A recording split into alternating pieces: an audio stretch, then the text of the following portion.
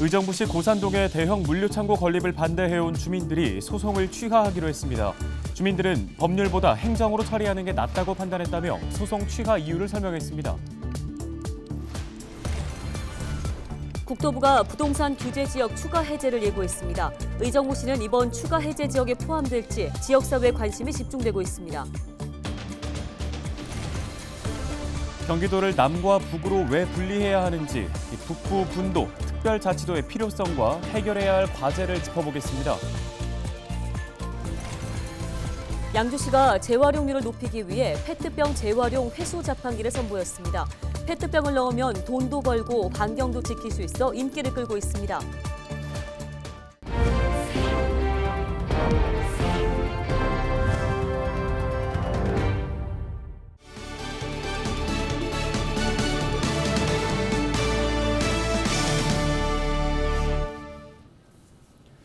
시청자 여러분 안녕하십니까? 헬로티비 뉴스입니다. 첫 소식입니다. 국토교통부가 부동산 규제 지역 추가 해제를 예고했습니다. 조정 대상 지역인 의정부는 그동안 꾸준하게 규제 해제를 요청해 왔는데요. 이번 추가 해제 지역에 포함될 수 있을지 지역사회에 관심이 집중되고 있습니다. 이재필 기자입니다. 의정부 지역사회가 조정 대상 지역 해제를 요청하는 가장 큰 이유는 바로 부동산 경기 악화입니다. 올해 수도권 지역의 아파트값은 2.37% 하락했습니다. 이는 2012년 이후 10년 만에 최대 하락폭입니다. 경기도 아파트값은 2.57% 떨어졌는데 의정부 아파트값은 이보다 더한 3.04% 하락했습니다. 의정부의 경우 수도권은 물론 경기도 평균보다 하락폭이 큰 겁니다. 현장에서 느끼는 부동산 경기는 훨씬 나쁩니다.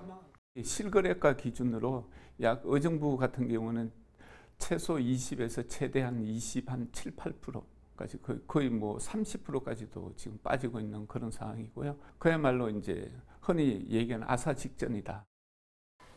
이와 같은 이유로 의정부시는 이미 여러 차례 국토부에 조정 대상 지역 해제를 요청한 바 있습니다. 의정부시 의회 역시 최근 조정 대상 지역 해제 촉구 결의문을 만장일치로 채택했습니다. 결의문 발의에 참여한 이계옥 의정부시 의회 도시건설위원장은 의정부는 서울과 인접해 있다는 이유로 역차별을 받고 있다며 균형 발전의 큰 틀에도 맞지 않는다고 강조했습니다. 60여 년간 그 군사 지역으로 그동안 의정부 시민들이 그 피폐한 삶을 살았습니다. 그런 아픔을 국가에서 보상해 주지 못한다 하더라도 자유롭게 재산권을 행사할 수 있는 그런 건 여건을 좀 만들어줘야 되는 것이 대한민국으로서의 예의가 아닌가. 국토부는 11월 중 주거정책심의위원회를 열고 부동산 규제 추가 해제 지역을 결정할 계획입니다. 헬로티비 뉴스 이재필입니다. 의정부시 고산동의 대형 물류창고 건립을 반대해온 주민들이 소송을 취하하기로 했습니다. 고산동 주민 7명은 지난 2월 물류창고 건축 허가를 취소하라며 의정부시를 상대로 행정소송을 제기했습니다. 하지만 주민들은 두 번째 공판을 앞둔 지난달 31일 변호인을 통해 소송 취하서를 재판부에 제출했으며 의정부시도 다음 날 재판 날짜 변경을 신청했습니다. 주민들은 민선 8기 의정부시가 물류창고 백지화를 위해 힘쓰고 있는데 혹시라도 재판에서 지게 되면 건축주에게 힘이 실릴 것이라며 법률보다는 행정으로 처리하는 게 낫다고 판단했다고 소송 취하 신청 이유를 설명한 것으로 알려졌습니다. 경기 북부특별자치도 설치는 경기 북부 지역 발전을 위해 꼭 필요하다는 목소리 어제 오늘 일은 아닙니다. 김동연 경기도지사가 북부를 분리하고 경기 북부특별자치도를 신설해 북부 지역 발전을 앞당기겠다고 밝혔는데요. 네, 경기도를 남과 북으로 왜 분리해야 하는지, 북부 분도, 특별자치도의 필요성과 해결해야 할 과제는 무엇인지 짚어봤습니다.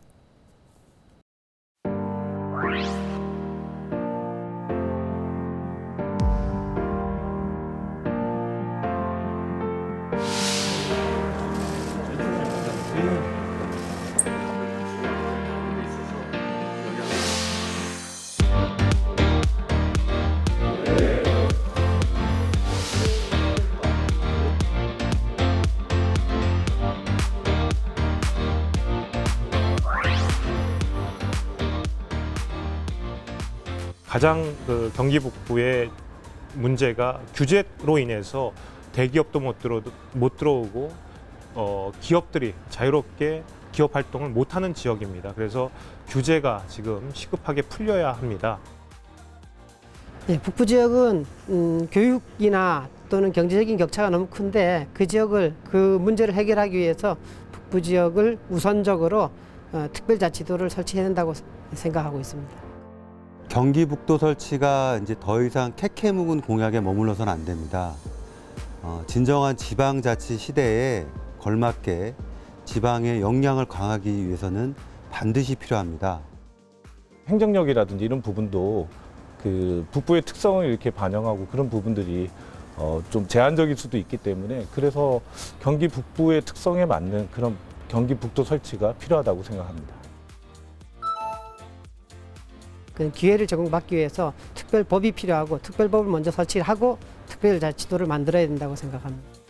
중앙정부에서 그 통계를 남부와 북부를 따로 봐야 된다고 저는 생각을 합니다. 그로 인해서 정치권에서 중앙정부에서 이런 심각성에 대해서 모르고 있다고 저는 생각을 합니다. 지금 경기도 지방자치단체장의 의지라든지 이런 부분들이 과거에는 그렇게까지 적극적이지는 않았다고 봅니다. 그래서 이번에는 우리 김동연 지사께서 적극적인 이제 그 경기북도 설치에 대한 특별자치도 설치 관련된 부분에 대해서 의지와 실제적으로 그렇게 실행을 하고 있기 때문에 경기 도민의 전체적인 여론을 만들고 또 공론화해서 당위성을 확보하는 게 중요하다고 생각되고 이에 따른 법률이 국회에서 반드시 제정돼야 합니다.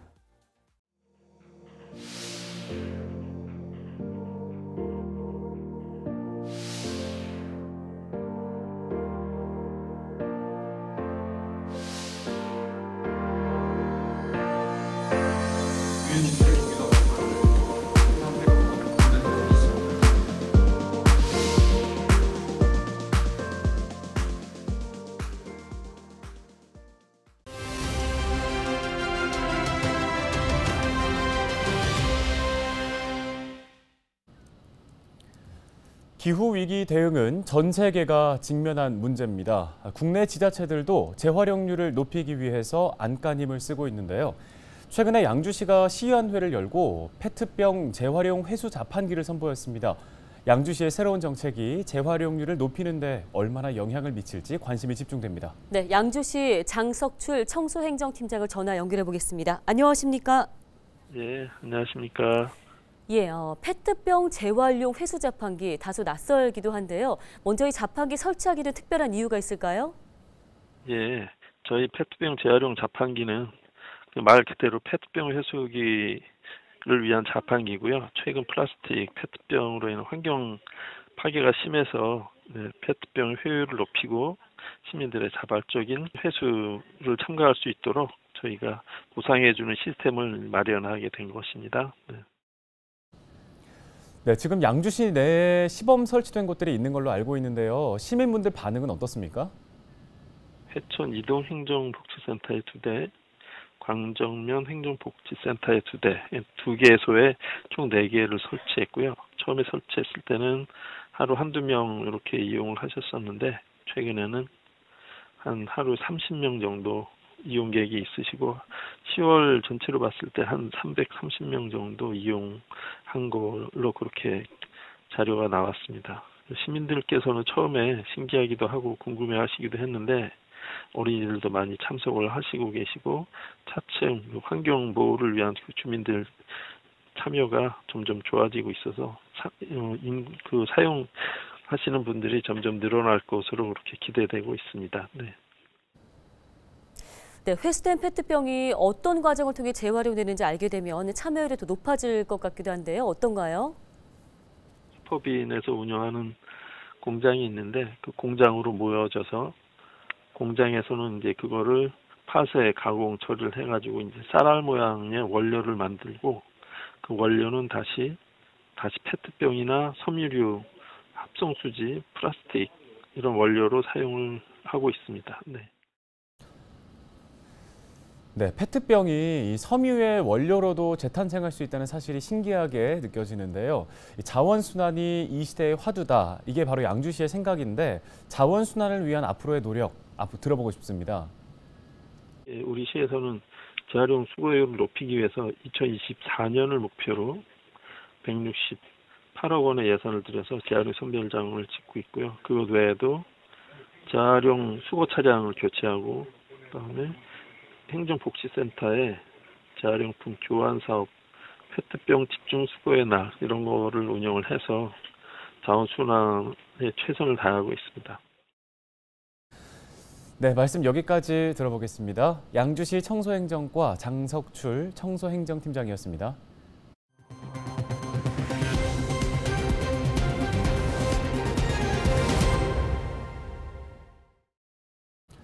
다음 소식입니다. 경기도가 내년도 예산을 민생과 기회, 안전에 중점을 두고 운영할 예정입니다. 김동연 경기도지사는 시정연설을 통해 중앙정부가 취약계층 지원 예산을 축소했지만 경기도의 예산은 민생 재정에 중점을 두었다고 밝혔습니다.